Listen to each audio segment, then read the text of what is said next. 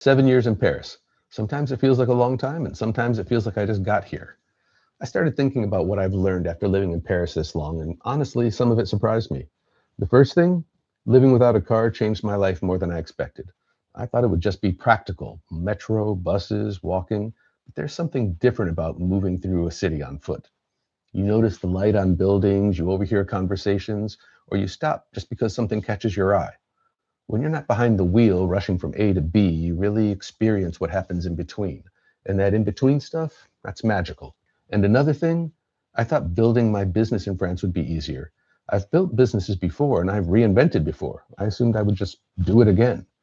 But culture matters, trust takes longer here, language nuances matter more than you think, and business relationships just develop differently. But that didn't break me. I just needed to be humble and change my strategy and my expectations. And if I'm being honest, meeting people, especially French people, that stayed hard longer than I thought it would. Not because French people aren't warm, they are. But putting yourself out there in a foreign country, in a foreign language, starting a social circle from scratch, that's challenging and kind of uncomfortable. And honestly, I think starting socially from zero in midlife is just different than starting in your 20s. Overall, I would say if you're planning to move to France, stock up on some vulnerability because you're going to need it.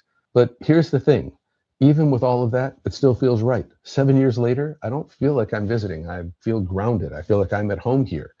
And I learned something really important. Where you live shapes who you become, your rhythm, your habits, your worldview. And listen, if France isn't your forever place, that's cool. But I think one of the most important decisions we make is choosing where we want to spend the rest of our life and then actually building toward it. But if moving to France has been on your mind, I think I can help. I'm hosting free webinars in the next few days to lay the groundwork for people who are really serious about moving to France.